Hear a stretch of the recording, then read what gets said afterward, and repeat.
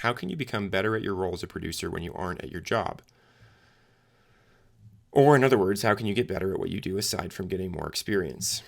Okay, how do you get better when you aren't at your job? Oh man, this is a tough one. One of the things I realized about both leadership and production, it's hard to get reps in because the decisions you make tend to affect other people, and you have to go build consensus or alignment or set up a system, and you have to see how it works, and that can take days or weeks or months to really observe and see how it all worked out. When I've developed other skills like becoming good at, way back in the day, I practiced Halo 2. I tried to be really good at Halo 2, or when I tried to get better at soccer or rock climbing, you tend to be able to set up some sort of training routine. Maybe for climbing, it was like a strengthening exercise, or for soccer, it was, I want to get better at shooting. Okay, let me go find like a flat surface, like a big concrete wall or something, and I'll take a piece of chalk and put an X on it and then just take shots at that spot over and over and over. And I can get a lot of reps in a fairly short period of time in many things. Even in like Halo 2, you could focus on particular things or set up game modes so that you just practice shooting. I remember there was a mode that we would play where just both players had like an overshield that would almost instantly refresh if you ever stopped taking damage. And so you had to like hit someone, and you had unlimited ammo, and you just had to keep aiming at the other person for a very long period of time until one of you died. And took forever to kill the other person. But it really taught you to aim, and really taught you to stay focused on hitting the head and aiming and aiming and aiming and aiming. But you could do reps on that over a short period of time. You could do a lot of reps. When you are a leader or you are a producer, you do not get to do many reps rapidly. And usually if you are getting to do a lot of reps, it's because things are kind of chaotic and going crazy. And so you're having to make a lot of calls and do a bunch of changes. And then you can't really tell what worked and what didn't, because everything is conflated in terms of like, well, it went badly. Well, was that because of stuff inside my control, outside of my control? I don't really know. Or it went really well. Oh, well, was that because I made this change or this other one? I don't really know. It's hard to track it back. And so your ability to pick up patterns as a producer or leader, it's difficult. It's hard. I think it's one of the reasons we have many people who are in leadership roles or management roles or production roles who aren't actually good at it.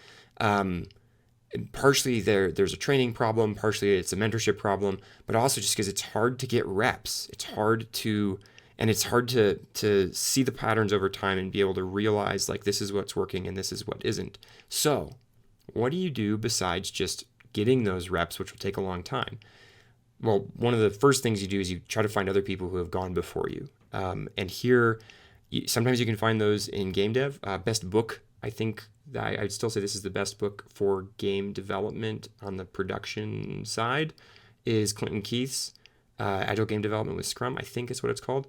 I'll put it down in the show notes. Take a read. But also go outside of games, because actually there's not a ton of great resources in games. That's why I'm doing what I'm doing, try to add more, but like go outside of games.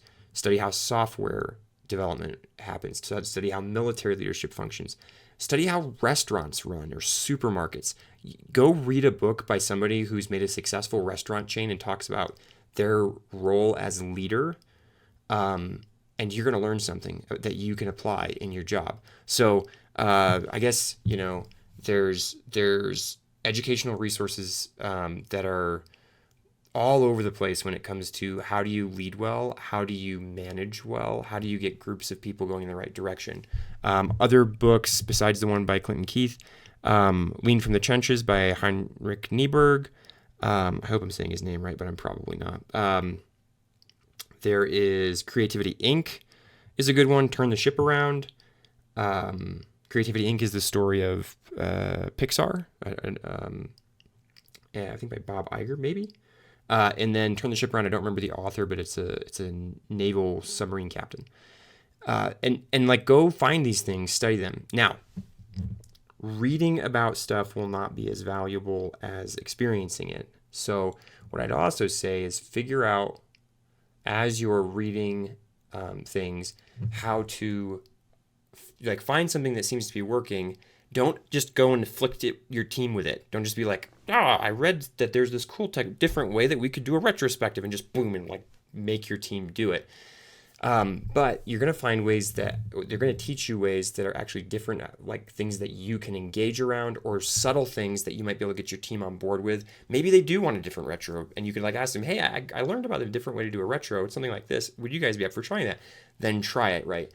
I hate to bring up the retro agendas or techniques as a great option here, because I don't see them as that. But stuff like that, the little ways that you are going to engage with those you lead better, better ways to handle one-on-ones. There's going to be little tips and things that you can just integrate into your life and how you speak and how you interact with your team and how you interact with stakeholders, the problems you look at, how you think about risks. You're going to pick stuff up around that, and it's going to change how you lead and what you do.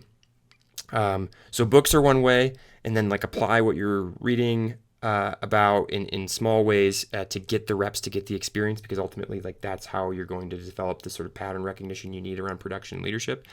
And then you can also go to like training. There's courses, on the more super formal level. Maybe that's going back to college or taking college courses on organizational psychology or an MBA or something like that. I don't know if those will really pan out for you super well from an ROI perspective in game dev, but they could be helpful, and you'll certainly learn stuff. But find ways to engage with other like smaller training stuff. People mock the certification industry, and I think appropriately so, but some of it's good.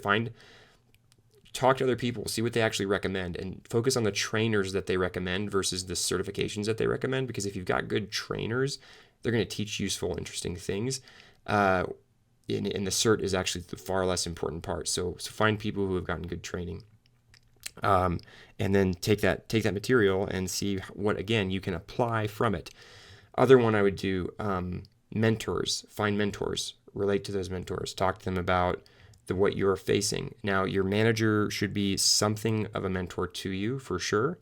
But sometimes people in production are being managed by somebody who's not a producer, especially at smaller studios, or maybe that person doesn't have a ton of time to do anything besides really just the basics of people management. If so, find other people to mentor you. They don't necessarily have to be producers. They probably should be leaders. And they don't have to be at the company you're at. They could be outside of it. There are mentor networks. Maybe I'll put something in the show notes there as well, for you to follow up with around that. So let me see. So I've talked about books. I've talked about training. And again, both of that really comes down to figuring out what you can apply and actually applying it and trying it and seeing what works, so that you start developing the pattern recognition and you have the experiences behind what you're doing. I think another one, then I talked about mentors. Another one is talk to peers. Get into Discords with game devs, with leaders in game development, with leaders generally. You're obviously asking this question inside of the Discord, my Discord for Building Better Games, the Building Better Games Discord. That's the one I run. There's other ones. There's the game production community. There's Game Dev Coffee. I'm going to look up. Hang on. Give me a second here. I'm just going to check, make sure I get the name right. What's it called? Game Industry Coffee Chat. I'll put a link to them as well.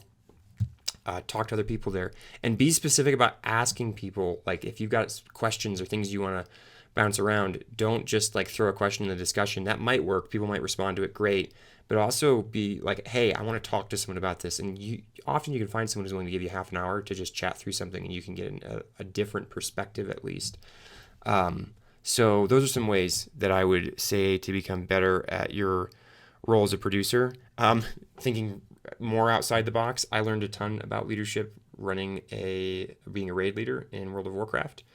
I've captained like intramural and very, very low stakes soccer teams. So there's other stuff. You can lead in the rest of your life as well, and get practice and get more reps. So those would all be things that I think you could focus on.